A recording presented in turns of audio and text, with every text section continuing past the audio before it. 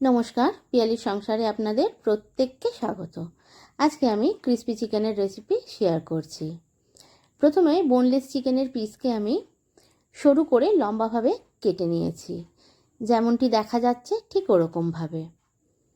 এরপর ওর মধ্যে আমি 1 চামচ কর্নফ্লাওয়ার, 1 চামচ ময়দা, হাফ চামচ গোলমরিচ গুঁড়ো, 1 চামচ ভিনিগার, আর যদি ভিনিগার না থাকে আপনারা লেবুও ইউজ করতে পারেন, 1 চামচ আদা রসুন বাটা, পরিমাণ মতো লবণ, হাফ চামচ কাশ্মীরি লঙ্কার গুঁড়ো, বেকিং পাউডার হাফ চামচ, আর একটা ডিমের সাদা অংশটা দিয়ে খুব ভালোভাবে মেখে 15-20 মিনিট রেখে দিতে হবে।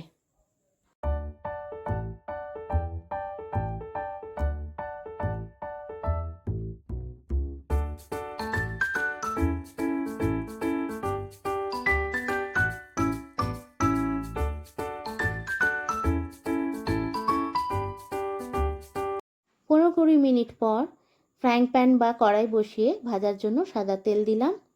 তেল গরম হওয়ার পর চিকেনের টুকরোগুলো আস্তে আস্তে তেলে ছেড়ে দিলাম। এখানে খেয়াল রাখতে হবে যাতে চিকেনের টুকরোগুলো একে অপরের গায়ে না লাগে।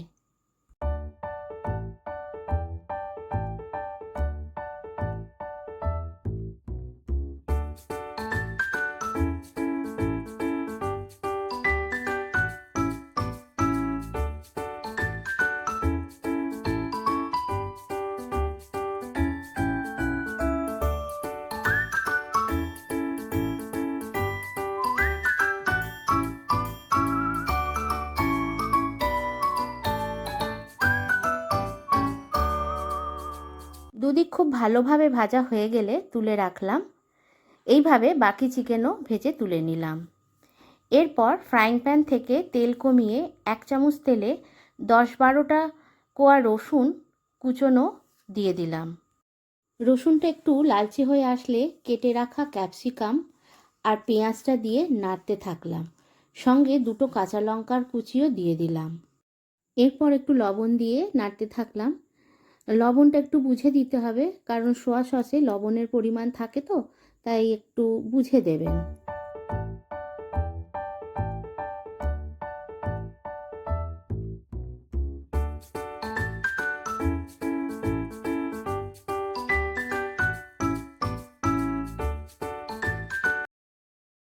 এরপর সোয়া সস হাফ চামচ, টমেটো সস 2 চামচ দিয়ে দিলাম।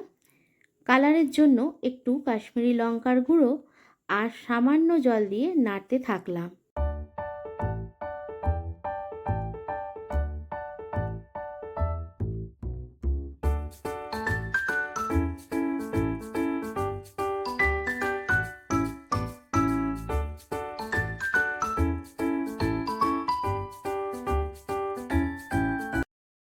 এরপর 1 চামচ শেজওয়ান সস দিয়ে চিকেনটা দিয়ে দিলাম।